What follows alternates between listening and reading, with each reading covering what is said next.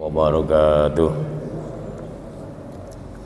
Ila hadrati nabiyina Muhammadin sallallahu alaihi wasallam wa ala alihi wa ashabihi wa dzurriyyatihi wal baiti wa asmal hadrati mu'allif hadzal kitab Syekh Ahmad bin Al-Asqalani Imam Nawawi syarihillahu wal Fatihah. A'udzu billahi minasy syaithanir rajim. Bismillahirrahmanirrahim. Alhamdulillahi rabbil alamin arrahmanir rahim maliki yaumiddin. Iyyaka na'budu wa iyyaka nasta'in ihdinas siratal mustaqim siratal ladzina an'amta 'alaihim ghairil maghdubi 'alaihim waladdallin amin. Wa sallallahu ala jami'i masyayikhina wa 'alimina wa murabbina dinan wa akhiratan khususan wa syadul asman sibaik mudirati syari'ah wa masyarani. Sayyidillahil wal Fatihah.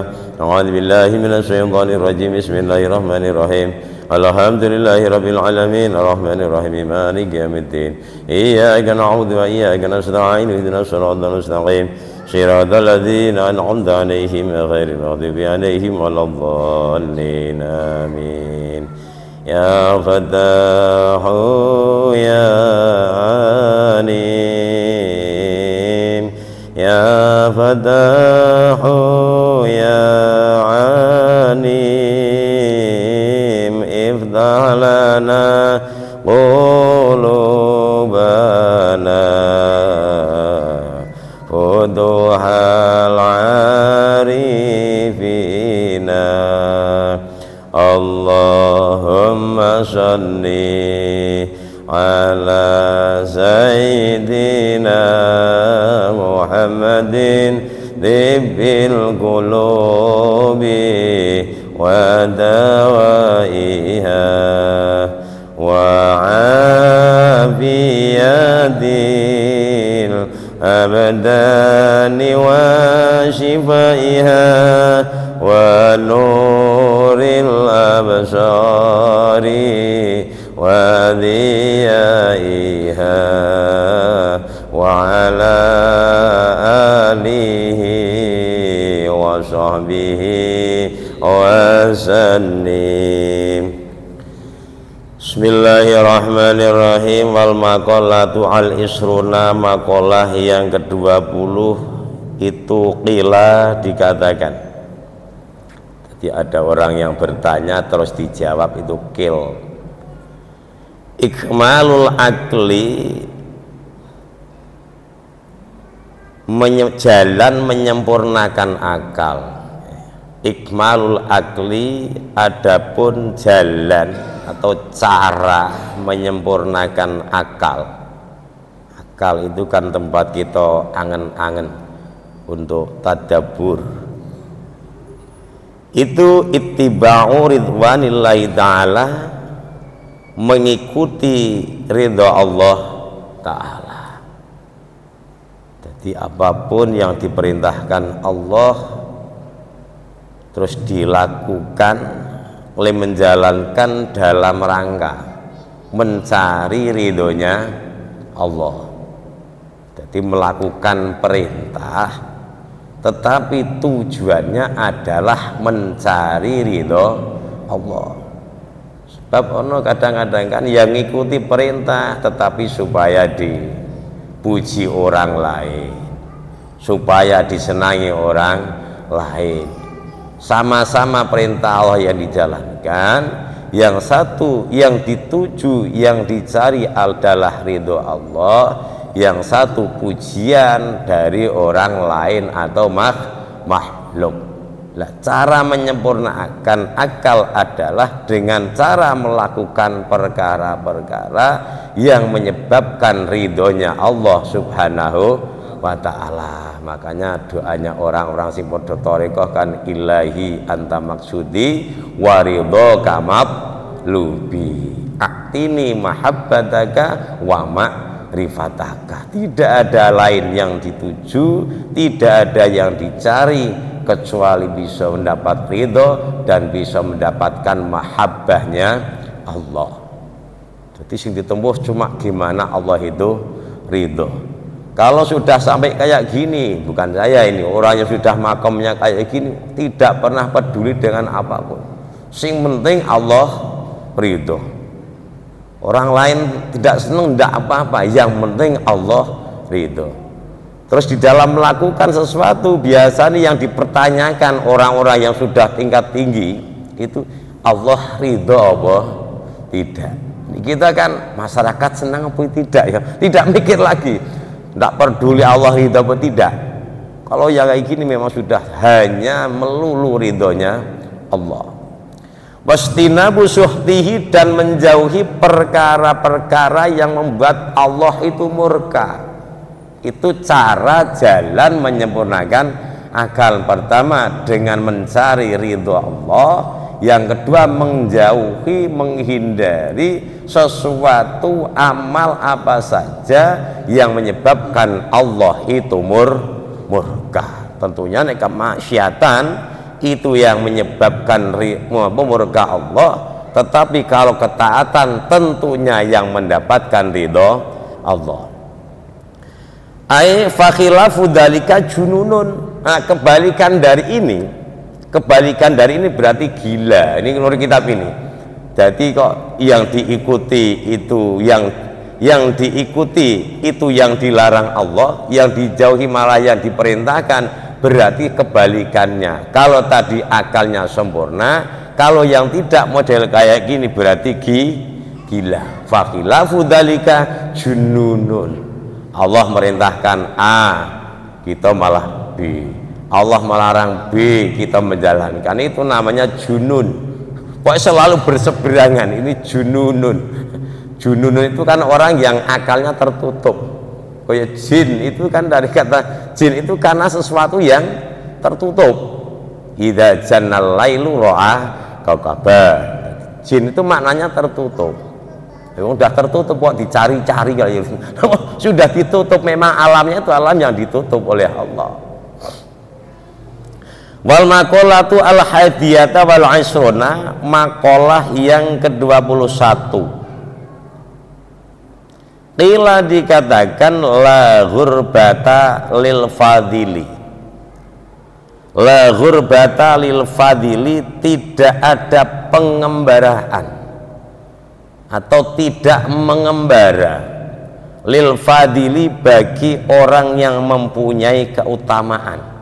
Orang itu punya keutamaan amal, keutamaan ilmu, keutamaan apa saja, khususnya ilmu dan amal. Ini di mana saja, ini tidak saya itu kok sendirian di sini ya, saya kok merasa asing. Walawatona, dan tidak ada tanah air atau tempat menetap lil jahili, bagi orang yang bodoh. Artinya apa? Ail mutasifu bil ilmi wal amal, artinya al mutasifu orang yang bersifat bil ilmi, dengan ilmu, wal amali orang yang mempunyai ilmu terus dengan ilmunya itu diamalkan. Karena mukroman mu'doman indan nas, karena maka adalah dia itu mukroman dimulyakan. Modalnya ilmu dan amal. Pangger modal ilmu, modal amal. Bagi itu kan modal ilmu dan amal. Di mana-mana ya diterima. Mu'doman juga diagungkan. Modalnya apa? Ilmu, amal. Indan nasi, di sisi manusia, fi ayyi baladin, kana di negara, di daerah mana saja dia berada, itu orang yang berilmu dan beramal. Bahkan di dalam kitab taklim disebutkan wadul ilmi hayyun khalidun ba'da mautihi wa awsaluhu tahta turabi romimu. Orang yang berilmu itu jangankan kok masih hidup, sudah mati saja ini dianggap masih hidup. Orang yang berilmu, macam kita punya ulama-ulama, para waliullah, mereka beliau-beliau sudah wafat, tetapi yang mengunjungi Masya Allah tidak terhitung. Mereka masih pada berkunjung ziarah, memohon barokahnya, memohon karomahnya, masih hidup. Bahkan beliau-beliau yang sudah wafat masih bisa memberi makan orang yang masih hidup. Ya benar. Wah, dengan beliau dimakamkan terus menikah pada diziarahi, banyak orang jualan di situ laku, pengojek laku, yang membutuhkan jasa di tisu ada. Ini menunjukkan bahwa mereka itu pada hakikatnya masih hidup. Wadul ilmi hayyun khalidun, pemilik ilmu itu akan hidup selamanya ba'da mauti, setelah matinya. Wadul jahli wa ausalahu tahta turabi ramimu, walaupun tulang-tulangnya, walaupun jasadnya sudah menjadi tanah. Wadul jahli maitun fahwa yamsi asaro, orang yang bodoh macam kita ini, macam saya ini dianggap tidak ada walaupun masih jalan-jalan, jadi dianggap mayat hidup. Kita ini mayat hidup, ini menurut kitab taklim. Wadul jahli maitun wahwa yamsi alas saro, masih hidup dianggap tidak ada karena tidak bisa memberikan kemanfaatan. Fi ayyi baladin kana, fakana maka ada kullu baladin, apa tiap-tiap negara, indahu di sisinya, itu watonan tempat tinggal, di mana saja dia berada itu akan selalu bisa menyesuaikan diri, akan selalu diterima oleh komunitas. Modalnya ilmu dan amal. Sepakat atau tidak nih? Modal ilmu dan amal sepakat dengan ini? Tidak sepakat ya tidak apa-apa, tapi yang nulis ini ulama besar dan sudah survei. Tidak mungkin beliau nulis nang kitab atau membahas yang kada, tidak mungkin, dan pasti ada dasarnya. Wala matona lil jalwa walau kana ghariban, walaupun orang tersebut pengembara, jadi seorang pengembara, tetapi karena alim mengamalkan ilmunya, walaupun pengembara ini tidak dianggap pengembara dan dirinya tidak merasa pengembara, ya terus langsung gaduh saja dengan orang lain karena keilmuannya. Wal jahilu bi khilafi dzalika, adapun orang yang bodoh itu bi khilafi dzalika, kebalikan yang tersebut. Di mana-mana nyari teman ya susah, mau dapat teman adalah temannya pun ya yang tidak baik. Wes, pokoknya serba repot bodoh itu. Memang orang pandai itu masya Allah, sebab memang ilmu itu adalah sesuatu yang sangat tinggi, sampai Allah yarfa'illahu alladhina amanu minkum walladhina utul ilma darujat, karena saking tingginya ilmu sampai Allah sendiri berjanji akan mengangkat derajat orang-orang yang beriman di antara kamu semua dan orang-orang yang diberi ilmu beberapa derajat. Syaratnya iman dan berilmu, sebab berilmu saja tidak beriman ya sengsara, iman saja tidak ilmu ya sengsara. Artinya ya butuh tauhid, butuh hakikat, tetapi membutuhkan syariat. Ini harus sejalan, iman dengan ilmu, ilmu dengan iman. Bismillahirrahmanirrahim. Wal maqalatu as-saniyatu wal isruna, makalah yang ke-22. Kila dikatakan man kana bitta'ati indallahi qariban. Insyaallah iki nerangkan perkara, malah saya tidak nerangkan, mohon maaf, saya tak baca saja. Lo nerangkan, saya nerangkan belum sampai kan judek toh. Saya nerangkan belum sampai kayak gini, yang nulis sudah melebihi. Ya, kita baca saja, tabarukan. Bismillah. Man, siapa saja, karena adalah dia bitta'ati, dengan ta'at, indallahi, di sisi Allah itu qariban, dekat. Jadi ada yang bertanya terus dijawab, barang siapa yang dengan ketaatan kepada Allah, barang siapa yang dengan taat itu menyebabkan dekat kepada Allah, atau dikatakan barang siapa yang dekat dengan Allah karena taatnya, karena bainan nasi ghoriban, orang yang dekat dengan Allah disebabkan karena ketaatannya, ini nanti akan punya perasaan, ini yang dekat akan punya perasaan ghorib. Ghorib itu asing di antara manusia. Jangan diprotes. Oleh yang tadi Pak, yang tadi kan masalah ilmu, yang tadi itu masalah ilmu, ini tidak asing di kalangan manusia. Tetapi di saat orang itu makomnya sudah tinggi, dengan Allah dekat, kalau dengan Allah itu sudah dekat, ini dengan makhluk akan merasa asing. Hanya untuk wong sing baca pun ya boleh sampai situ ya sudah ini. Tinggal kita baca saja. Contohnya gini sajalah, yang paling mudah, di saat kita itu dekat sekali dengan penguasa umpamanya. Ini biasanya kalau sudah dekat dengan penguasa, dekat orang-orang besar, itu dengan orang-orang macam kita kan ya kaku gitu ngerasa gitu. Ya asing lah, karena sudah lain yang dibicarakan, sudah lain tujuannya, semuanya lain. Nah, orang yang dengan Allah ini dekat tentu akan asing di antara makhluknya. Bagaimana cara membuktikannya? Ya buktikan sendiri. Wah, ini ilmu rasa kok tidak akan bisa diceritakan. Mohon maaf, ini ilmu rasa tidak akan bisa diceritakan. Coba dekatlah dengan Allah. Caranya gimana? Ya moga mencari guru yang bisa dekatkan dengan Allah.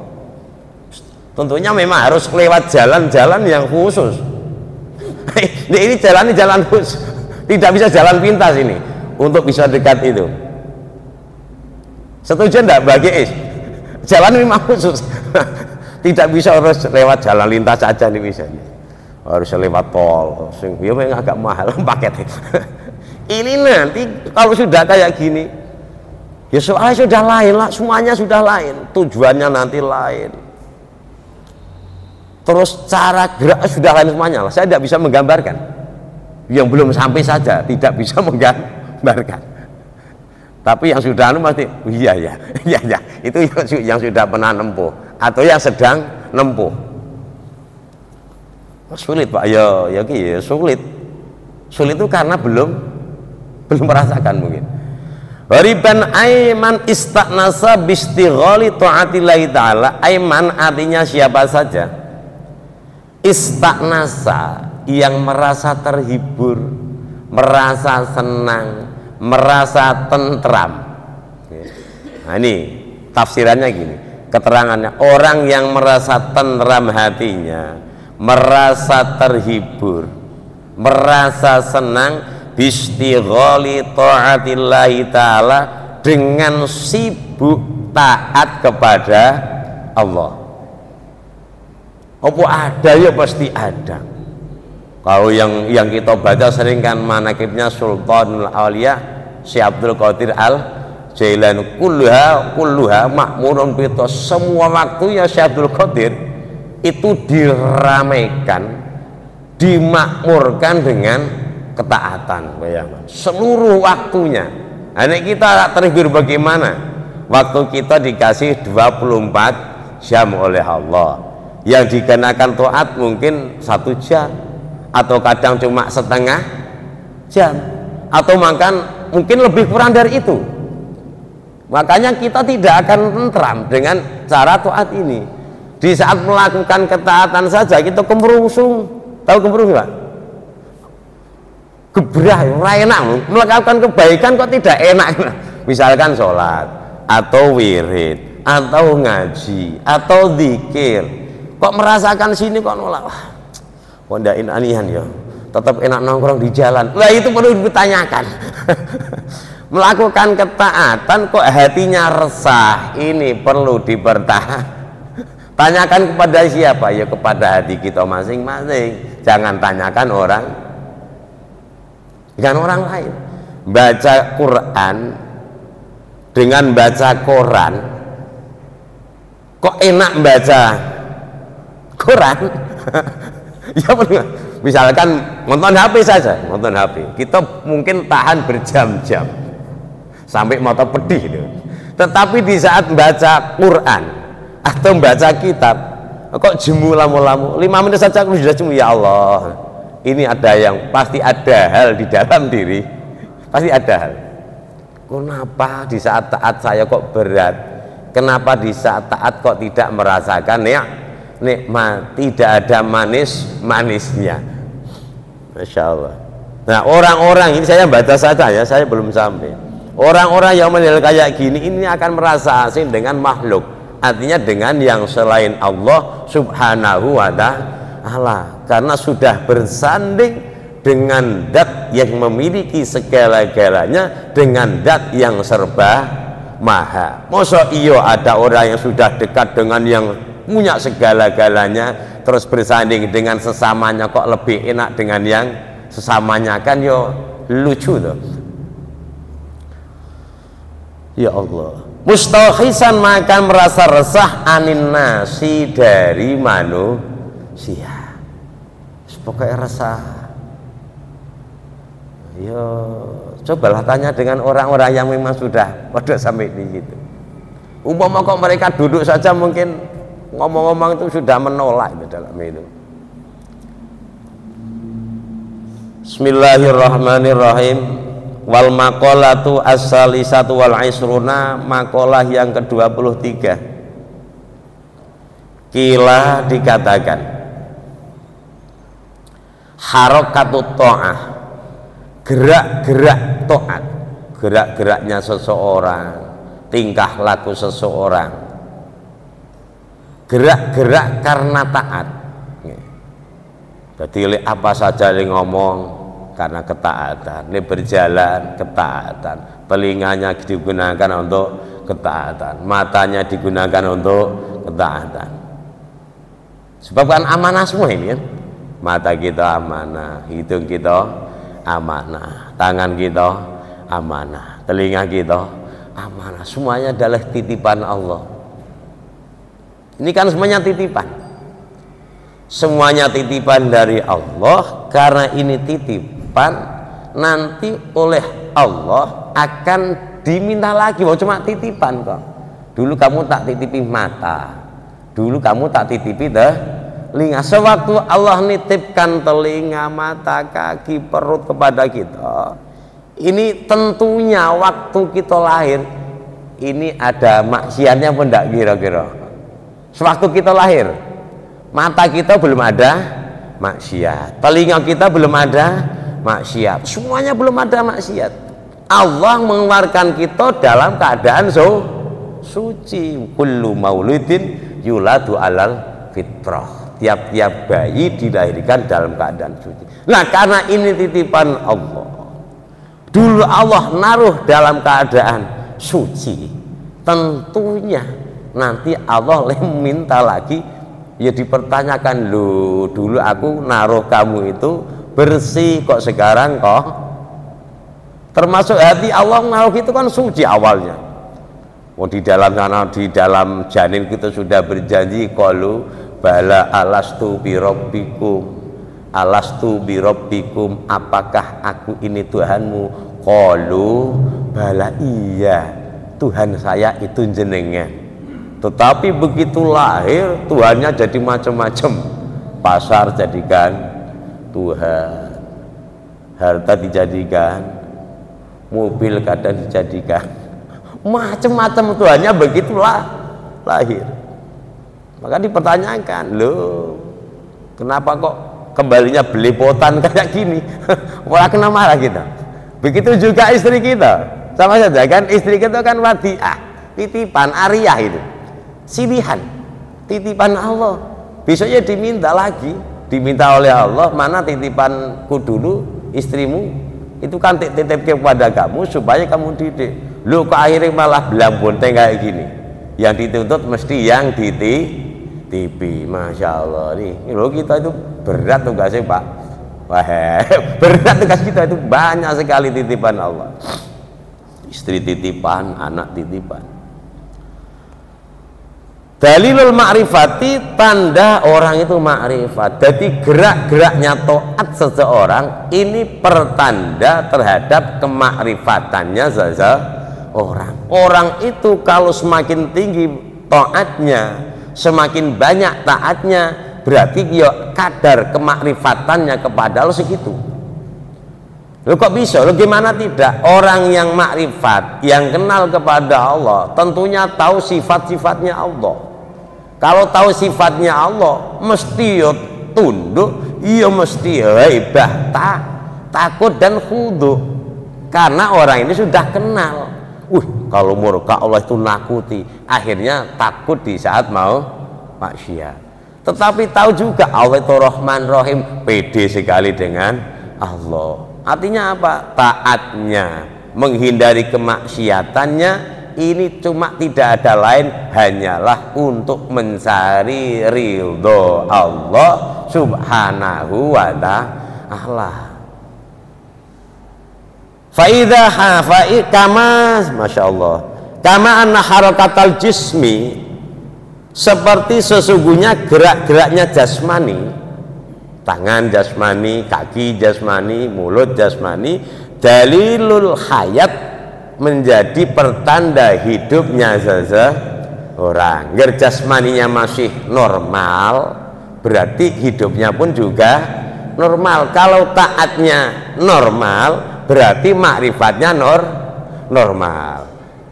Nek taatnya itu di bawah nominal, ya berarti makrifatnya di bawah nominal. Tidak mungkin orang yang makrifat kok taatnya tidak tinggi. Wes gitu saja. Sebab semakin tinggi makrifat seseorang, semakin tinggi hakikat seseorang, tentu akan semakin tunduk kepada syariat. Semakin tinggi hakikat seseorang, tentu akan semakin tunduk kepada syariat. Sebab syariat ini dikuatkan dengan hakikat. Ini hakikat diikat dengan syariat. Jangan sampai salah satunya saja.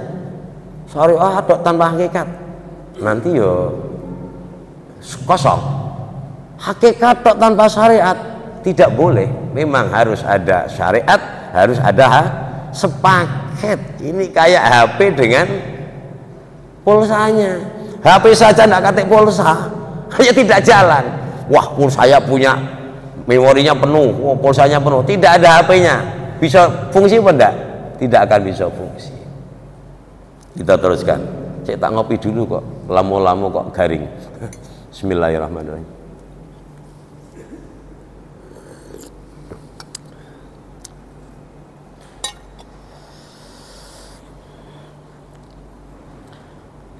Harakatu ta'ah dalil ma'rifat. Wal makna, artinya anna ityanal abdi at-ta'ata lillahi ta'ala, sesungguhnya melakukannya atau mendatanginya seorang hamba karena taat kepada Allah, sesungguhnya mendatanginya seorang hamba atau menjalankannya seorang hamba karena taat kepada Allah, itu alamatun, tanda ala makrifatihi, atas makrifatnya dia lillahi, terhadap Allah. Faidha kasurat ta'ah kasural makrifah. Faidha kasurat, maka sewaktu banyak opo atau ketaatan, kasurat maka banyak opo al ma'rifatu ma'rifat. Jadi kebagikan ketaatan itu bukan hanya di masjid saja, bukan hanya di musola saja, bukan hanya di pesantren saja, di mana saja. Kita kan enggak, ketaatan kita itu kadang-kadang di tempat-tempat tertentu dan pada saat-saat tertentu dan waktu-waktu tertentu. Ini kan belum banyak. Kalau dihitung waktu yang diberikan oleh Allah selama 24 jam. Belajar setelah sholat ini kita nanti biasanya apa? Umpamanya setelah sholat ini biasanya nonton TV. Kalau nonton TV nanti terus bercengkrama keluarga, terus tidur kan. Nah, tidur misalkan sampai jam 5, setelah jam 5 baru sholat subuh, aktivitas yang lain-lain, terus nanti baru zuhur sholat. Kalau mau sholat saja ini, setelah zuhur mungkin kita aktivitas lagi asar, nah, baru asar. Setelah asar baru ini kalau diomongkan. Tetapi dengan 5 waktu full itu saja kita sudah bersyukur kepada Allah. Tetapi ini dibanding dengan waktu yang 24 jam kan kayaknya belum apa-apanya. Ini menurut pandangan tasawuf, mohon maaf, ini menurut pandangan tasawuf. Sebab ilmu tasawuf itu kulluhu lahwal adab. Ilmu tasawuf itu semuanya adab, semua waktu, semua tempat itu adab, itu ilmu tasawuf.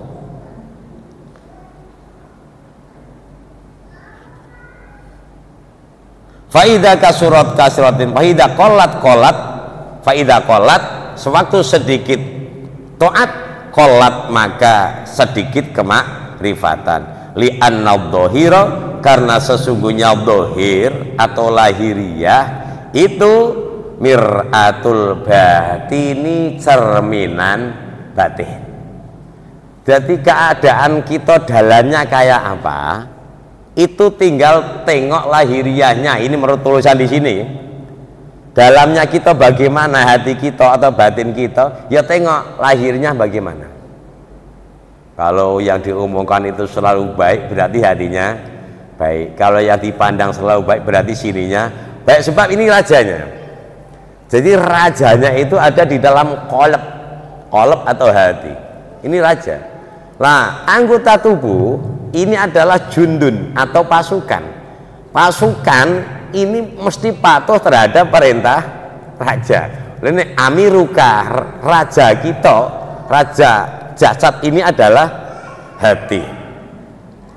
Ini hatinya baik, nanti seluruh anggota badan akan baik. Kalau rajanya jelek, perintahnya pasti akan jelek. Itu sudah pasti. Orang sininya baik kok sininya kok tidak baik. Tidak ada sininya baik kok sininya tidak baik. Sebab ngikuti perintah raja. Amiruka. Mulanya Amerika itu rajanya dunia. Amiruka. Aslinya kan Amiruka atau Amerika. Amirun kan raja. Ka itu kamu. Bagaimana tidak akan bisa ngelawan rajanya sana kok. Bahkan yang mengendalikan dunia itu kan negara adidaya termasuk ya benar. Namanya saja sudah itu bahasa Arab kan, Amerika. Ila Amerika. Maknanya apa? Raja, memang raja. Namanya saja sudah raja kita. Mesti tepat, orang bisa. Wenang-wenang pun sana tetap punya otoritas, punya kekuatan yang besar. Yang buat siapa? Allah alam namanya bisa kayak gitu. Amerika. Kita pun punya Amerika, yaitu kita boleh Amerika kita dewek-dewek saja. Amerika ini kita di sini. Bismillahirrahmanirrahim. Wal maqalatu ar-rabi'atu wal isruna, maqalah yang ke-24.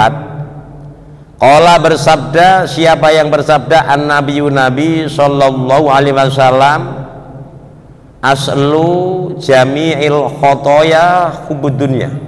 Ini Rasul yang bersabda, Rasul saya baca saja.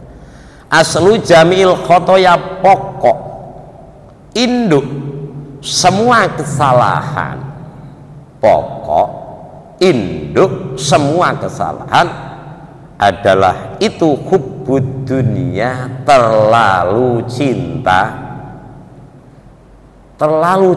dunia. Ini sudah punya satu induk. Kalau sudah ada induk, nanti ada bapak terusnya kesalahan itu akan berkembang terus menerus. Sudah punya indukannya, sudah punya babonnya. Kalau ayam, kalau sudah ada babon, ada jago satu saja, babonnya 10 kan bisa netas semua, nanti bertelur semua, netas semua. Oh, salah itu jadi banyak. Jadi paling pokoknya kesalahan menurut hadis ini adalah terlalu mencintai dunia. Cinta boleh, tetapi terlalu mencintai ini yang tidak boleh. Makanya saya pernah guruan dengan istri, maaf Bu, saya tidak 100% cinta kepada ibu. Lah ya enggak apa-apa toh. Tidak full di sini. Bahaya kalau full di sini. Nanti tidak punya ghirah atau curiga. Sebab cinta itu harus disisakan untuk ghirah atau curiga. Kalau di sini semuanya sudah dipenuhi yang bukan selain Allah. Umpamanya dunia semuanya masuk di sini. Apapun masuk di sini, Allah akan dikasih berapa persen. Kalau di sini sudah dipenuhi dunia semuanya, Allah taruh di mana perasaan untuk Allah. Ini penting. Makanya sudah tidak bisa mengendalikan lagi kalau ini sudah full di dalam dada, di dalam hati. Jadi pokok dari semua kesalahan adalah terlalu mencintai dunia. Lanjut, dunia itu gimana? Apa tidak punya? Tidak. Ini keterangannya. Wahia, adapun dunia itu mazada anil hajah, sesuatu yang lebih dari kebutuhan. Ini namanya sudah kita butuhnya misalkan mobil cuma satu, kok harus punya mobil? Kalau tidak punya tiga ya kurang keren lah awak kok kan kaya. Padahal kebutuhannya cuma satu. Ini harus punya 5, memang kebutuhannya 5, ya itu bukan dunia lagi. Jangan salah paham ya. Bukan kalau tidak memiliki, tetapi tidak melebihi dari kebutuhannya. Kalau yang sudah melebihi itu namanya sudah murni, itu hubbud dunya menurut hadis ini. Makanya pernah pagi-pagi, mohon maaf ada di kitab lain itu diceritakan Rasul pagi-pagi mengunjungi sahabat-sahabatnya, berkumpul di masjid. Terus ceritanya, terus ada yang bertanya, ya Rasul, saya ini termasuk orang kaya atau miskin ya Rasul?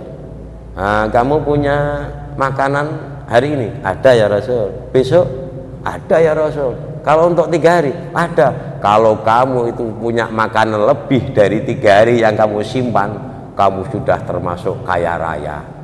Nah kita ini jangan kok 3 hari, setahun itu sudah kita timbun. Ada kamu punya sahabat, punya pembantu ya, wah kamu itu sudah bukan kaya lagi, kamu sudah bos besar. Lalu punya majikan, punya karyawan satu saja sudah bilang bos besar. Ini dihubungkan dengan hadis ini. Lalu Rasul itu kan sehari ini kenyang, besok lapar. Kita kan hari ini kenyang, besok kekenyangan. Kita kan hari ini kenyang, besok nih kita kan jangankan besok, nanti malam kita sudah kekenyangan kok. Rasul kan tidak. Sampai di saat lapar beliau ganjal perutnya dengan batu itu. Yaitu Rasul kita ya, bukan Rasul, bukan saja. Ya ini saya kan beda. Ya ini kita sepenting jangan terlalu kekenyangan saja. Kepala lagi kenyang ya boleh. Nek kekenyangan itu nek kita kan bukan takut itu haram atau makruh atau haram. Nih karena ndak enak di perut saja kan. Kita kok kekenyangan itu bukan, kalau kenyang boleh. Kalau kekenyangan kan jadi haram. Nah kita di saat takut kekenyangan itu karena takut haram apa takut sakit? Pasti takut sakit kita itu. Nanti kalau kekenyangan sakit pertama kok. Hubungannya ini masih seputar sakit, bukan masalah ketaatan, bukan. Sampai kita masih kayak gitu. Menghindari yang dilarang itu karena takut sakit. Mohon kita teruskan yang akan datang. Yuk kita beristighfar dengan ini ada syairan. Kok nampaknya ini enak. Saya dulu pernah dapat waktu di daerah Garjo ini kayak ini. Ya ilahana ighfir lana dzunubana, ya ilahana ighfir lana dzunubana wa sallim salimna fi dunyana wa ukhrana wa salimna fi dunyana wa ukhrana ya ilahana ighfir lana dzunubana ya ilahana ighfir lana dzunubana wa salimna fi dunyana wa ukhrana wa salimna fi dunyana wa ukhrana ya ilahana ighfir lana dzunubana ya ilahana ighfir lana dzunubana wa salimna fi dunyana wa ukhrana wa salimna fi dunyana wa ukhrana wallahu a'lam bishawab. Wassalamualaikum warahmatullahi wabarakatuh. Alhamdulillah.